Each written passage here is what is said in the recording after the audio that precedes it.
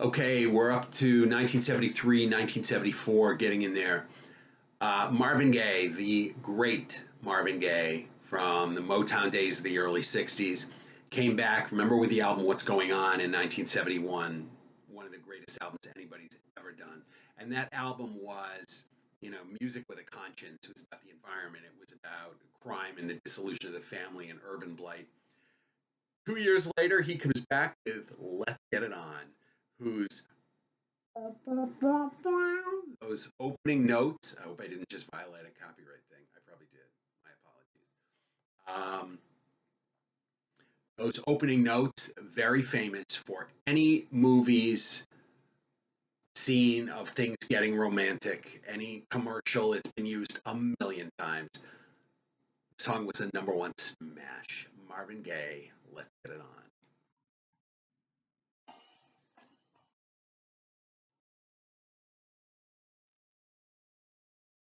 Marvin Gaye, still great, or he was then. Earth, Wind, and Fire, a large band, a band I believe of 9 members at various times.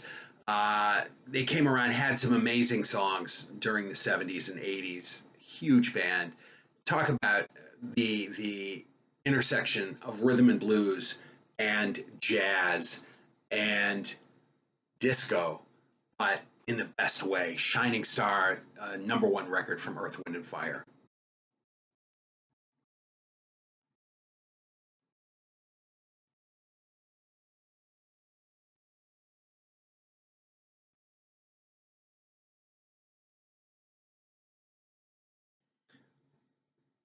Earth, Wind, and Fire, Shining Star, great stuff. The other element of Earth, Wind, and Fire's music was funk that I forgot to mention. And I bring that up because now we're up to Parliament, a band, Parliament. There was Parliament Funkadelic. Funk music came around, like, really stepped up in the mid-60s. James Brown, Sly and the Family Stone. But the Parliament Funkadelic era of the mid-70s, I mean, you just had some amazing funk music.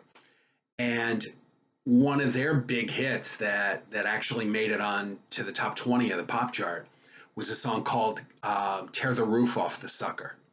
And it was subtitled Give Up the Funk. This is Parliament.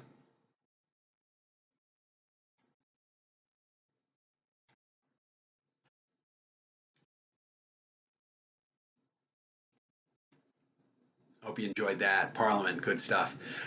Now, I told you in the last video, we're going to talk about glam rock. Glam, G-L-A-M, rock. Glam rock was not just about the music. It was about the style of the performer. Glam rock relied heavily on costumes. It relied heavily on makeup. And it relied heavily on an androgynous look. So sort of a blending of the genders.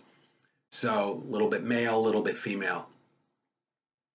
The music was sometimes ethereal or a little bit sort of spacey, but not all the time. It was sometimes very almost a precursor to what's the word I want? Oh my God, where are you when I need you? Punk rock. Thank you. Was kind of a precursor to punk rock, but it was not necessarily. Elton John was the biggest name, and he was not a full-on glam rock artist, but he was very focused on his look. He was big into costumes, big into makeup, and big into androgyny. He didn't care. He would come on stage dressed as a rooster, dressed as a woman, dressed as a woman rooster, but Elton John was the biggest star in the world. 1974, nobody could touch Elton John in terms of popularity and record sales. Nobody, flat out. So Elton John was glam in that way, only his music didn't necessarily reflect it.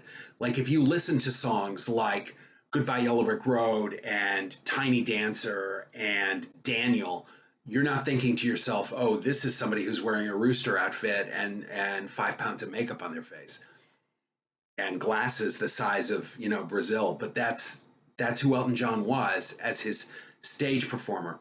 But I mean, as a recording artist, amazing. Elton John released Candle in the Wind originally in England. They decided to not release it as a single here and instead release the flip side as the single in the US. And that single would go on to number one, and that was called Benny and the Jets, Elton John from 1974.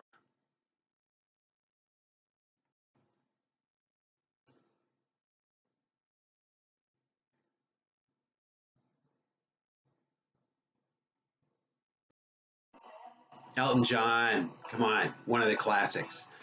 Elton John. Benny and the Jets. Okay. David Bowie, on the other hand, David Bowie was glam rock, pure and simple. He was a great artist. He had great songs, lots of big hits. But David Bowie was the the head, the ultimate glam rock artist. Glam rock garnered credibility because of artists like David Bowie, because he was big enough and popular enough that um, all of a sudden glam rock was like, yeah, I'm a Bowie fan, and it was okay. He created a character named Ziggy Stardust, who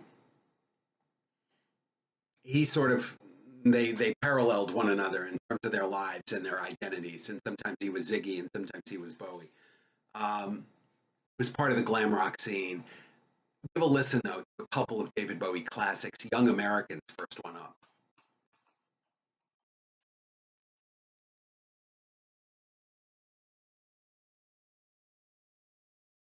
Great stuff, man. David Bowie, Young Americans. Fame, David Bowie's first number one record from 1975. Uh, Probably familiar with the intro to this song. I think it's got used in Lincoln car commercials in the past couple years. I might be wrong. Maybe it's not the intro, but give it a listen. You'll see what I mean. Fame, David Bowie. It's a great tune.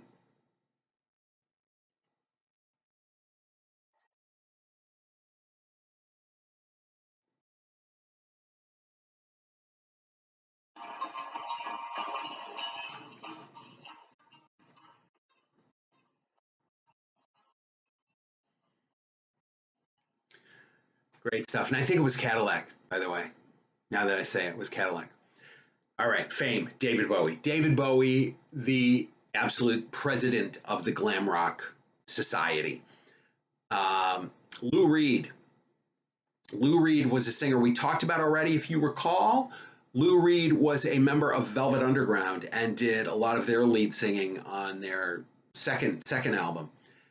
He was tight with Andy Warhol and the whole crew from New York around the Velvet Underground scene and that art scene that happened in the late 60s.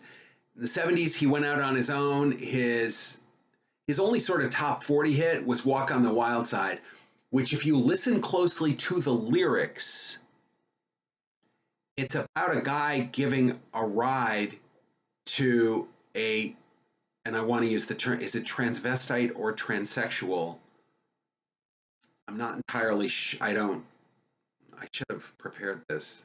I can't remember. Anyway, you'll know what I mean. It's an interesting song, and the fact that it made any top 40 airplay in the United States at all, and it's not particularly, it doesn't couch what it's saying very, very deeply, It doesn't use code. It says it, which is fine with me, but I can't believe the censors in the 70s let it go, but they let it go enough that it was a hit. Walk on the Wild Side, Lou Reed.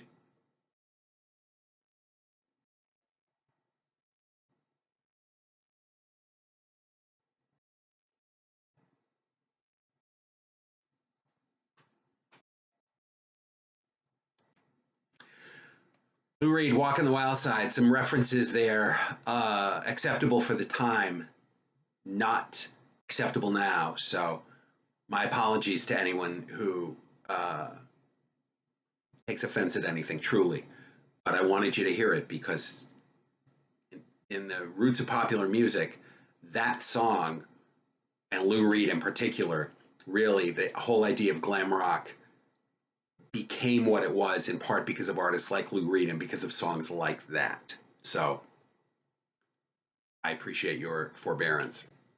The Sweet, another of the glam rock bands, they were a band that took songs and they had several big hits, several top 10 hits.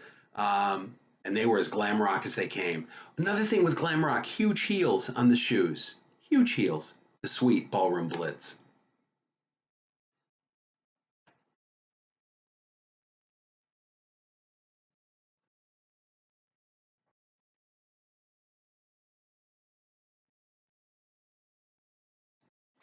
Sweet, Ballroom Blitz. New York Dolls, Personality Crisis. Now we're getting into where glam rock starts to merge into punk rock. And it didn't universally. Glam rock sort of kept its own identity, but there was this offshoot of glam rock that said, we're going to do something that's a little more straight ahead rock and roll. The punk rock songs of bands like the New York Dolls and bands like the Ramones that we're going to hear in a minute, they tended to be loud, they tended to be fast, they tended to be rhythmically driven, they tended to be angry, and they tended many times to be short. 2.5 minutes of, and we're done. That's kind of what that was. And they were still glam rock. They still dressed up in costume much of the time. Um, but it was a different flavor of music. New York Dolls, Personality Crisis.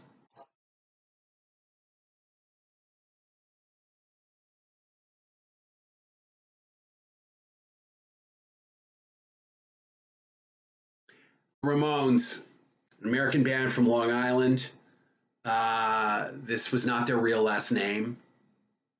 They were great. As far as punk rock goes, the sort of glam rock into punk rock fusion, they were more, the Ramones were more of the punk rock field. They were more straight out of Iggy Pop rather than David Bowie. And the distinction there was Bowie was very much about the character, the costumes, the makeup. He was also about the music.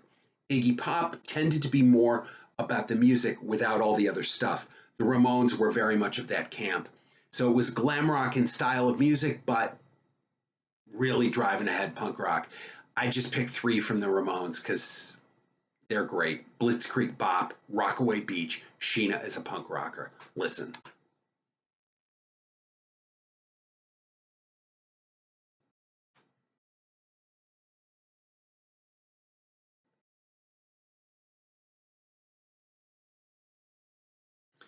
Okay, the band Kiss. Kiss made a name for themselves. They were four guys, and they made a name for themselves of each playing a character and each only appearing in full makeup, full wig, full costume, the heels on the boots, and it was paste makeup, so you had no clue what they looked like. And they never appeared in public without the makeup for years, for years. It was a thing of people would try to, catch them so we could get the image of what they. Nobody knew what the four members of Kiss looked like for years. Musically, they were pretty straight up rock and roll. They did not have the edge of the Ramones or the New York Dolls. They weren't playing that. And they weren't playing the sort of more space agey kind of Bowie, even Lou Reed. They were not that at all. Kiss was a straight up rock and roll band. If they hadn't had the makeup, if they hadn't had the costumes, it's entirely possible they would not have come to be as popular as they were because the gimmick really worked for them. It really, really worked for them. And from the mid 70s on until the early 80s, Kiss was one of the biggest bands as far as album sales in the United States. Rock and Roll All Night, one of their early, for this song is the one that put them on the map.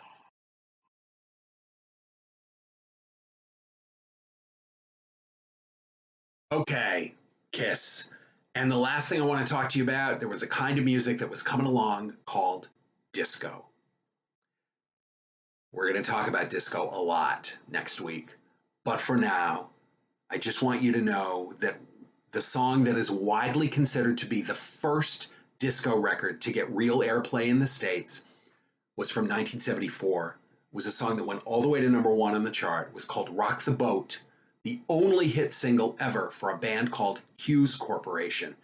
And Rock the Boat is widely considered to be the first disco record. Give it a listen, and I'll see you next time.